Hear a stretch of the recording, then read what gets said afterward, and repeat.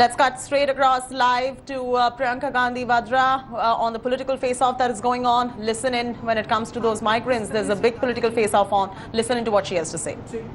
झूला सा बनाया था, उसमें उनको रख के उठाकर चल रहे थे। अब हम सबको अपनी जिम्मेदारी समझनी पड़ेगी। आकर चल रहे थे। अब हम सबको अपनी जिम्मेदारी समझनी पड़ेगी।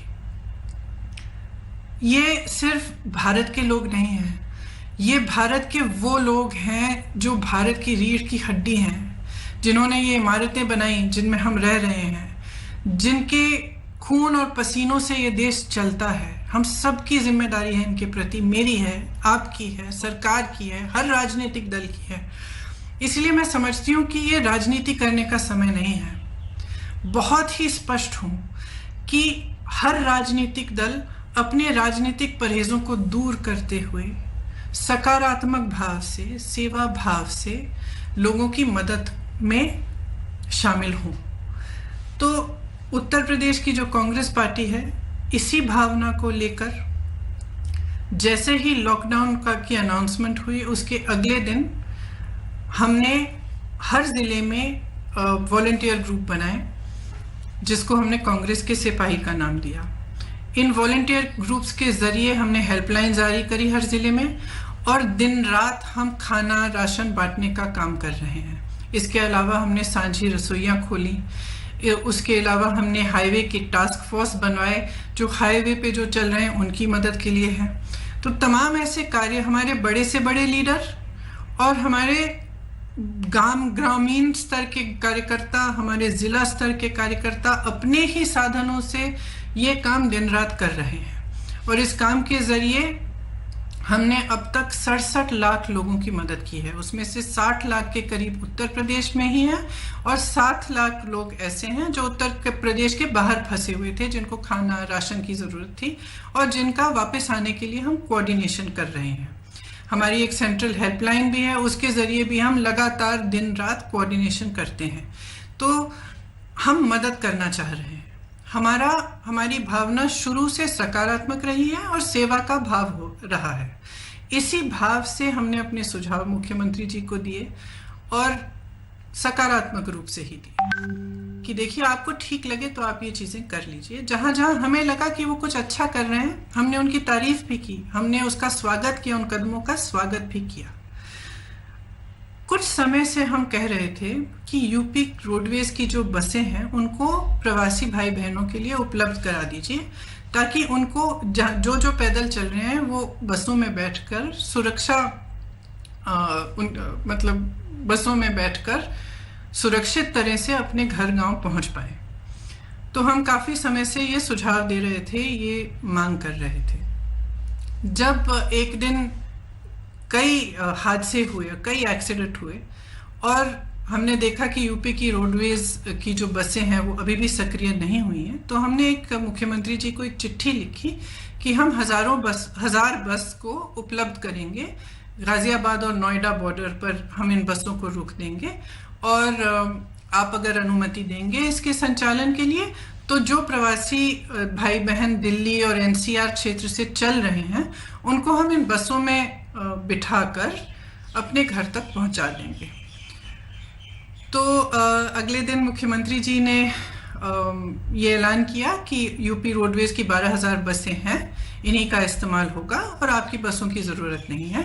तो हमने 17 तारीख को सुबह 500 बसें गाज़ियाबाद में खड़ी की थी, हमने उनको वापस भेज दिया।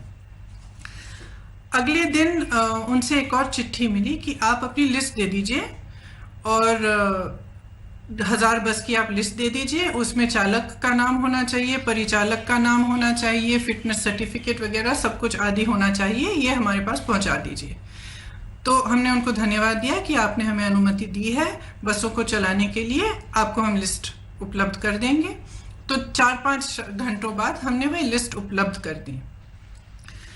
फिर 11:30 बजे रात को उनसे एक और चिट्ठी मिली कि आप अपनी 1000 बसें लखनऊ पहुंचा दीजिए कल सुबह 10 बजे। तो इसमें हमने कहा कि देखिए, हमारी बसें खाली दिल्ली से लखनऊ जाएंगी। इन बसों का मकसद ही ये था कि गाजियाबाद और नोएडा से, एनसीआर क्षेत्र से जो चल के जा रहे हैं उनको हम बिठाकर उत्तर प्रदेश के गांव और ज़िलों में ले जाएं, तो इन बसों का लखनऊ तक खाली चलना तो पूरे मकसद को ही ख़त्म कर देता है। तो हमने उनसे ये सुझाव दिया कि देखिए, हम गाजियाबाद नोएडा में इन बसों को तैयार रख लेंगे, आप परमिट।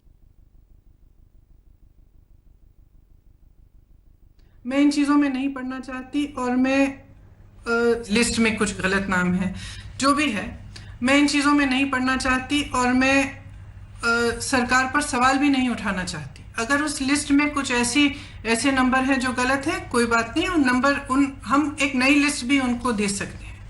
मैं सिर्फ ये कहना चाहती हूँ कि 17 तारीख को 500 बसें कल हमने 900 बसें, 500 बसें राजस्थान के बॉर्डर पर और राजस्थान यूपी के बॉर्डर पर, और 300 से अधिक बसें, जिसकी पूरी टोटल संख्या 900 के करीब थी, हमने गाजियाबाद बॉर्डर पे, दिल्ली बॉर्डर पे हमने उपलब्ध कराई। अब अगर ये बसें चली होती तो कल 36,000 और आज 36,000 लोग अपने घर के लिए सही सलामत सुरक्षापूर्ण रवाना हो जाते। लेकिन हम इस राजनीतिक सिलसिले में उलझे रहे। उन्होंने कहा कि लिस्ट गलत है, कुछ ये हो रहा है, वो हो रहा है, बसें हमारी पहुंच गई हैं। कल 4 बजे से हमारी बसें बॉर्डर पे खड़ी थी, उनको आगे परमिट, यूपी के जहाँ पे उन्होंने कहा था कि यहाँ पे हमें गाजियाबाद और नोएडा में 2 पॉइंट्स दिए थे, यहाँ तक पहुँचाइए, वहाँ जाने का परमिट ही नहीं दे रहे हैं यूपी के अंदर। तो बसें खड़ी रहीं, आज भी खड़ी हैं। अब मैं सिर्फ ये कहना चाहती हूँ कि देखिए, 4 बजे 24 घंटे हो जाएंगे कि ये बसें उपलब्ध हैं। अगर आपको इस्तेमाल करनी है तो इस्तेमाल करिए, हमें अनुमति दीजिए। आपको भाजपा के झंडे लगाने हैं, इन पे अपने भाजपा के स्टिकर लगाने हैं तो बेशक लगाइए, बेशक लगाइए।